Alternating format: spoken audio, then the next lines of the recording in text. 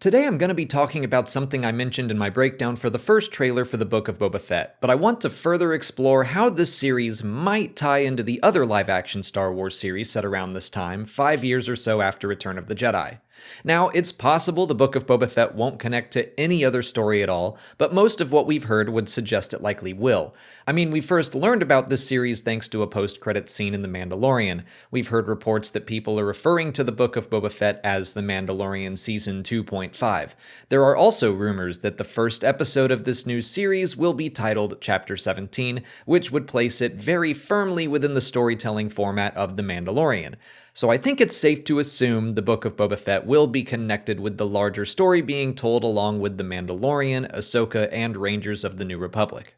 So how does a story about Boba Fett and Fennec Shand carving out their place in the criminal underworld of the galaxy fit into all these other stories about new and existing heroes taking a stand against evil?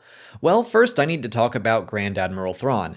We know he's out there somewhere, and based on Chapter 13 of The Mandalorian, he seems to be rebuilding the Empire, or doing what he can anyway.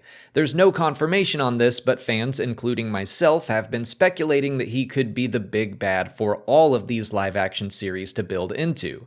We know all these series are going to, quote, culminate in a climactic story event. Thrawn seems like the perfect villain for something like that.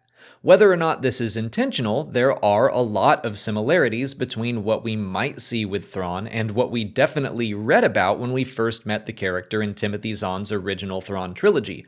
By the way, if you've never read those books, you should. No, they're not canon, but they're great, and even if I wind up being wrong about everything I'm about to say, it's really fun to have this stuff in the back of your head. If you're not familiar with the character of Thrawn, they are a great place to start. Also, if you've never read them, I am about to spoil some stuff, but the books are 30 years old, so sorry. The setup for the story is that 5 years after the Battle of Endor, Grand Admiral Thrawn returns from the unknown regions to wage war against the New Republic and restore the Empire to its former glory.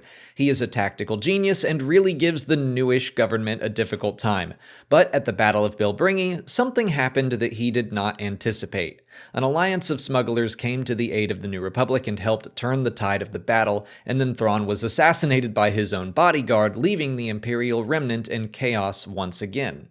All of that is now legends and not canon, but like I said, there are some striking similarities. Thrawn is once again coming back about 5 years after the Battle of Endor, after being missing for quite a while. There are definitely some things that cannot happen exactly as they did. For example, his bodyguard already died in Star Wars Rebels. But I do think we could see a new version of the Smugglers Alliance, potentially led by none other than Boba Fett.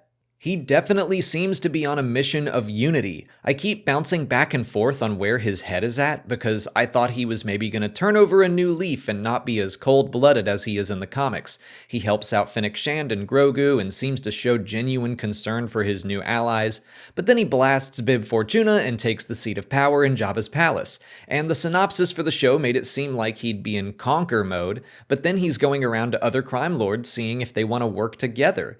He still seems perfectly willing to crack some skulls with a gaffy stick, but it's not his first impulse. The answer is probably that he's somewhere in the middle, not completely good, not completely bad. He's got a goal and a code, but if you get in his way, he's gonna get that crazy, murderous look in his eyes and throw down.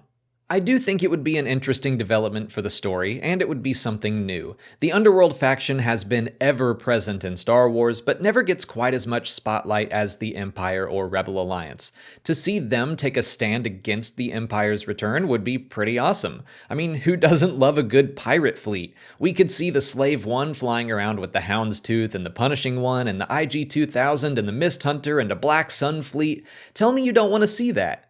But hopefully we could focus on it more and give it more attention than The Rise of Skywalker did to its civilian fleet. I will admit I'm not fully sold on this idea, because I love the scum and villainy side of the universe, so I don't want it to go away and for all of the crime bosses to be like, "Hi, we're good and we care deeply about fighting fascism all of a sudden."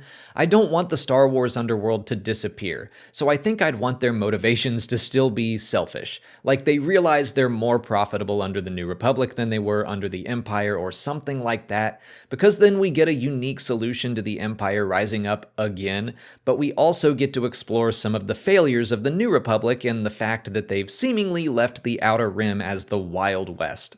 Who knows? I don't, but right now, with less than 2 minutes of footage from the Book of Boba Fett, that's the most logical story development I can see that would connect it back to the larger story being told. So what do you think? What are your theories for how the Book of Boba Fett will advance that main story? Let me know in the comments. If you haven't already, please like this video, subscribe to the channel for all of our Book of Boba Fett coverage, follow us on TikTok, Twitter, Instagram, and Facebook, and consider checking out our Patreon page, where we'll have even more Book of Boba Fett stuff when the series releases, like audio commentaries and episode reactions. As always, thanks for watching, and may the Force be with you.